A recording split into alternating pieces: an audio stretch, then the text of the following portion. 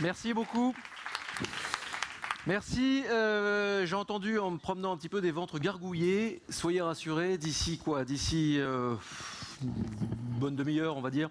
D'ici une bonne demi-heure, vous allez pouvoir vous sustenter un petit peu partout l'offre ici n'est plus à prouver. Il y a une grande offre ici à la Cité des Sciences. Mais nous allons donc passer tout de suite à un nouveau petit dialogue, un dialogue autour de la conquête d'un nouveau récit commun. Et je demande à Véronique Anger de Fribert de rejoindre de ce côté-là la scène. Véronique, vous allez avoir la redoutable tâche de modérer, d'animer, de participer également à un échange qui réunira Vincent Cespedes, philosophe, écrivain. Vincent, je vous donne ce micro et je vous propose d'aller rejoindre Véronique là-bas. Et Alice Haïb, universitaire, virologiste, conseiller maître à la Cour des comptes, fondateur et actuel président d'honneur de l'Arbre des connaissances. Bonjour. Vous avez des micros, vous avez un temps donné de 20 minutes. Et Véronique, la scène est à vous. Nous aurons un dernier dialogue et après, vous pourrez aller déjeuner. Merci Éloi. Bon, vous tenez le coup. C'est chargé, hein. J'ai toujours l'habitude de chercher un petit peu les journées, mais je trouve que ça vaut le coup quand même. Alors, on va parler d'un nouveau récit commun, donc faire société à la conquête d'un nouveau récit commun. Alors, quel récit commun veut-on? De quoi parle-t-on? Et puis, la question que je vais vous poser à chacun, c'est comment repenser l'altérité, l'intérêt général, l'esprit public, en d'autres termes, la fraternité, quand le moi a pris le pas sur le nous et que les intérêts particuliers ont tendance à être privilégiés aujourd'hui. Je vous poserai d'autres questions aussi, mais déjà, je vous laisse répondre. Prenez le temps que vous voulez sur cette question-là. D'abord, merci. On a encore un petit problème de... D'abord, merci Véronique pour ton invitation. Peut-être quelques propos liminaires pour vous dire que la vision que je vais avoir est une vision forcément parcellaire parce qu'elle est portée par deux prismes, celui de mon parcours et celui de ma pensée, et pas celui d'une recherche dédiée à l'individualisme ou au collectif. Ça, c'est le premier point. Le second point, on en a parlé depuis ce matin, le contexte est extrêmement changeant, on l'a vu, par la digitalisation de nos vies. On a vu également que la confiance envers les institutions était fragile aujourd'hui. On a vu également ce matin que nos démocraties ont beaucoup de mal à trouver de nouveaux modèles pour retrouver du commun. Donc un contexte extrêmement complexe. Et dans cette complexité, je vois trois leviers à conquérir ou à reconquérir. On les a évoqués en grande partie ce matin, mais on reviendra éventuellement dessus tout à l'heure. Il y a l'école comme lieu à la fois d'acquisition des connaissances et des compétences, des savoir-être et des savoir-vivre, mais aussi de ces valeurs, de ces principes qui nous rassemblent. Cette citoyenneté aussi qu'on a du mal à définir, Gabriel a dit tout à l'heure, la citoyenneté européenne par rapport à la citoyenneté française, qu'est-ce que c'est, comment se positionner. Donc ce lieu aussi extrêmement important pour saisir l'erreur, et on a vu ce matin que l'école avait beaucoup de mal avec le concept de l'erreur aussi, même si on ne l'a pas dit de manière assez directe.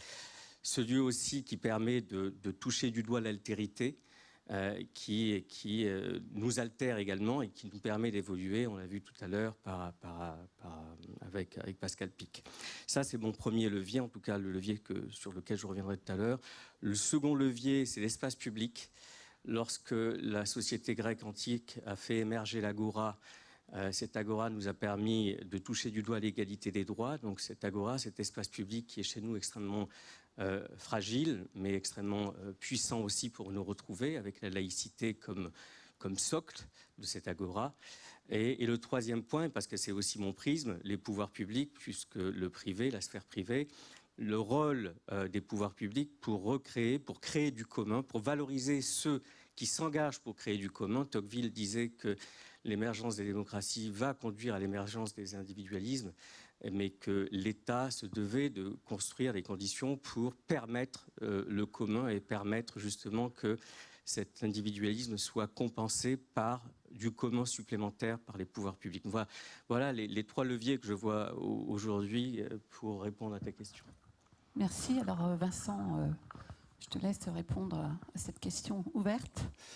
Oui, alors c'est assez courant de dire qu'on est dans l'ère de l'individualisme. On dit ça depuis les années 80, on a pointé cette chose-là, et c'est vrai que les réseaux sociaux accentuent cette illusion de l'individualisme, parce que c'est une illusion profonde. Et on parlait dans les années 80-90 de la postmodernité, puis après dans les années 2000, avant la fameuse date de 2007, de l'hypermodernité. Gilles Lipovetsky, l'ère du vide, et d'autres ont pointé l'idée que nous serions dans une époque d'hyper-individualisme, de concurrence effrénée de tous contre tous, l'absence de récit commun, l'absence du goût de ce que j'appelle le mélange, qu'on peut appeler l'hybridation, et le rapport à l'identité et à l'altérité compliqué. C'est ça, l'hyper-modernité. Mais ça, c'était en 2000-2004. Depuis les années 2008, depuis que les réseaux sociaux ont transformé le web en web 2.0, depuis cette notion de partage qui se répand dans la jeunesse, cette notion que dès que je vis quelque chose de l'ordre d'un événement, c'est-à-dire quelque chose qui émotionnellement me bouleverse, ce qui peut être une définition de l'événement, et je dois absolument le partager à une communauté virtuelle, toutes ces idées-là me font croire que nous sommes dans une ère assez spéciale, une ère que je pourrais qualifier de co-individualiste. C'est un peu un oxymore. Il y a le co qui peuple de plus en plus chaque dimension, chaque matière. Nous voulons de la co-disciplinarité, de la transdisciplinarité. Nous voulons à chaque fois comprendre qu'il faut sortir des silos. Je reprends un jargon entrepreneurial progressiste assez connu. Être dans le co, peut-être pas le communisme, mais en tout cas le co qui égrène partout dans toutes les sphères de l'entreprise et des organisations qui cherchent de l'efficacité. Seulement, ce co-là se fait avec de l'individualisme. Nous sommes co derrière des ordinateurs, nous sommes co voûtés sous nos smartphones, nous sommes co tout seuls. Voilà le co-individualisme. Et il y a une conséquence énorme depuis 2008, depuis l'entrée dans ce que j'appelle la cybermodernité. On a consacré un bel épisode de réflexion avec Joël sur ce thème. Depuis l'entrée dans la cybermodernité, nous avons cette idée d'une remise en flou de l'identité, une identité qui est connectée aux autres sans être connectée aux autres, connectée dans sa solitude, et qui induit, à mon avis, une grande complication pour le récit commun. Le récit commun, il y a deux façons de le faire. La première façon, une façon assez artificielle, c'est de le décréter, et ça marche. On peut décréter du récit commun, les historiens peuvent devenir des fabulistes, des mythologues, et peuvent nous inventer du récit commun. Les Aztèques d'ailleurs se sont fondés sur cette idée d'une invention non seulement de récit commun, mais de mythe commun. Et nous avons plein de peuples qui ont décidé, décrété, institutionnalisé l'idée d'un mythe, l'idée d'un récit commun. Ça, c'est une façon qui va être la grande tendance d'aujourd'hui. C'est-à-dire que ce qu'on appelle un peu le storytelling, et ce qui est en fait une scénarisation de tous les impacts en termes d'efficacité pour créer du commun, pour créer de l'équipe. On a compris que pour créer une force humaine, il faut qu'on se raconte la même histoire, qu'on se la raconte en commun. Et donc il y a toute une mise en artificialisation du récit.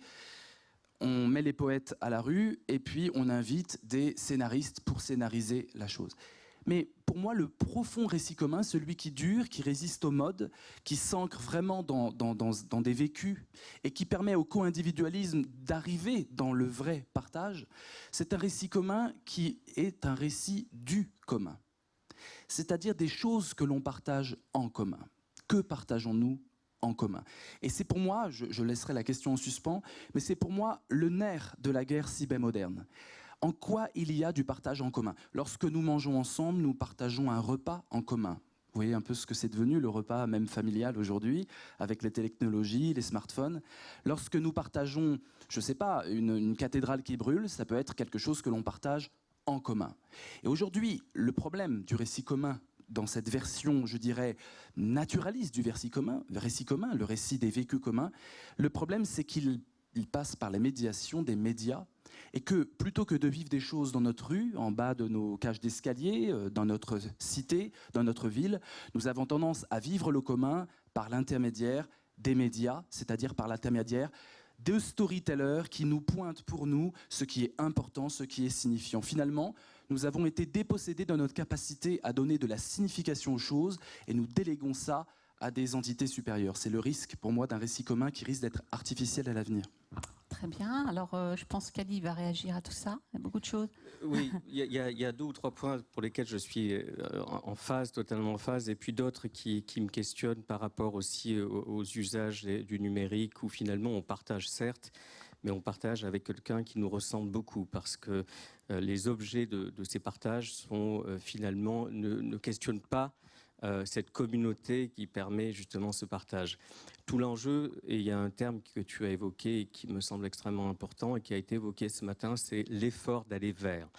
Avec ces outils, on ne fait pas l'effort d'aller vers, on met l'émotion, on met l'action en partage sur une plateforme, et puis ceux qui sont en phase avec cette chose, cet objet, viennent s'en saisir, et puis finalement, il n'y a pas d'effort particulier par rapport à ce partage.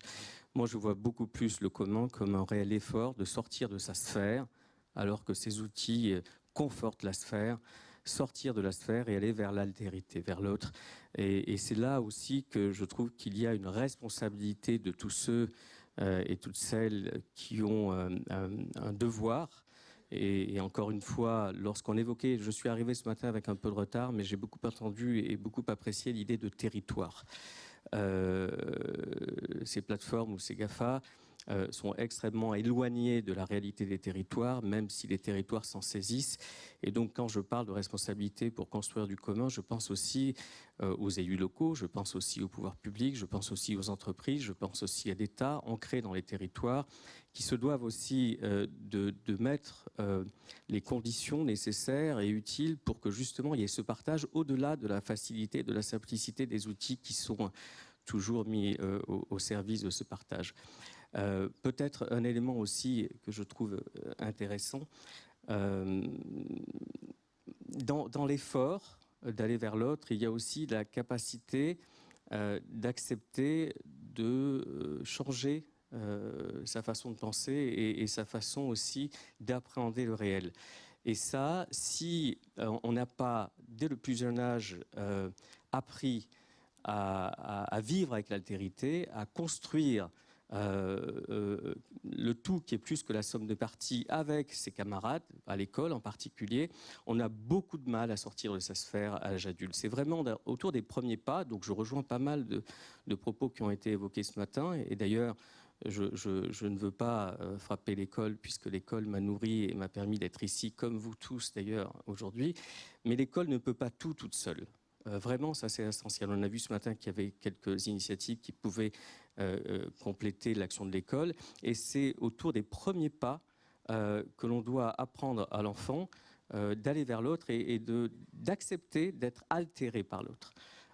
Et ça va lui permettre effectivement plus tard de pouvoir aller au-delà de sa sphère de facilité pour partager des objets, des idées, une rencontre qui demande un effort. Alors, je pense que Vincent aimerait dire un petit mot, mais j'aimerais qu'on parle aussi de... Dans le récit commun, on intègre cette notion de progrès aussi, donc des sciences. Alors, j'ai un grand scientifique à côté de moi, et puis un philosophe, mais qui s'intéresse beaucoup aux sciences aussi. Donc, comment on fait pour embarquer les sciences au bénéfice du plus grand nombre, et qu'on ne mélange pas aujourd'hui, on parle des sciences, des croyances, il y a un gros mélange quand même dans l'esprit des gens. Alors, la science, aujourd'hui, on est dans une sorte de nouveau scientisme. On attend de la science qu'elle nous sorte du brouillard cybermoderne. Le monde est de plus en plus flou. Le vrai et le faux se fusionnent, confondent. La colère, la rage sur les réseaux sévit, mais à la fois l'intelligence, la beauté et le partage. Le monde perd ses frontières, toutes ses frontières. On peut se réjouir de cette révolution du trans, T-R-A-N-S, mais ça induit, à mon avis, une nécessité qu'on a trop peu interrogée, et je pense que ça sera une nécessité d'avenir. On oublie la poésie. Parce que la science ne remplira jamais la capacité mythologique et fabulatrice de l'homme à pouvoir se dire son récit. Mais la poésie le peut. La poésie au sens large et au sens le plus profond du terme. Poiesis, créer, fabriquer. Fabriquer quoi? Du récit commun. Un grand scientifique... Merci, c'est gentil. Un grand scientifique, Pierre Thuillier, nous prévenait à la fin de sa vie, dans un magnifique livre, La Grande Implosion, 95, une sorte de fable incroyable que je vous recommande chaleureusement. Donc il est scientifique et il annonce excusez-moi juste, c'est un peu spécial. Il explique dans le futur, des individus se penchent sur l'explosion de l'Occident. D'accord ? Donc c'est une sorte de récit un peu fictionnel. Et il dit, tous les signaux étaient allumés, tous les warnings étaient allumés, on n'a pas vu le truc venir et l'Occident s'est effondré. Pourquoi s'est-il effondré ? Et il démontre sur plus de 500 pages qu'il s'est effondré faute de poésie. Nous sommes dans un monde aux frontières de plus en plus floues. Ce n'est pas la science qui va nous servir de guide dans ça. C'est l'activité poétique de l'homme, la capacité à fabriquer du sens ensemble.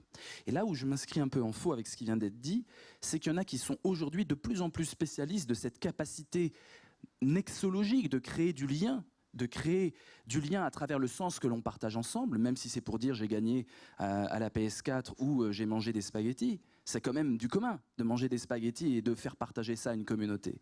Et ça peut être partagé scientifiquement, ça va intéresser personne, mais ça peut être partagé poétiquement, avec de l'humour, avec la capacité à fédérer les attentions, ces attentions de plus en plus fluctuantes, de plus en plus obnubilées par ce grand envoûtement qui se dresse devant nous. Ce sont les jeunes.